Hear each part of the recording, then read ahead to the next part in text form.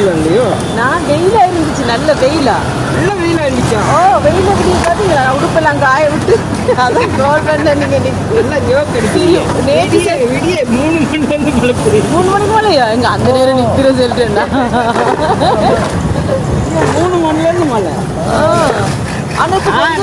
நேற்று கால் எடுத்து என்ன சொன்னீங்க?